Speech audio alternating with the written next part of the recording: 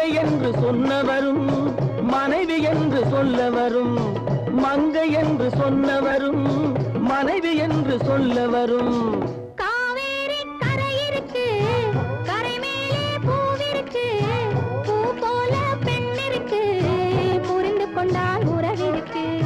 பஞ்சவர்ண கிளி இருக்கு, பழுத்து வந்த பழம் இருக்கு, நெஞ்சினிலே நினைவிருக்கு, நெருங்கி வந்தால் சுகம் இருக்கு.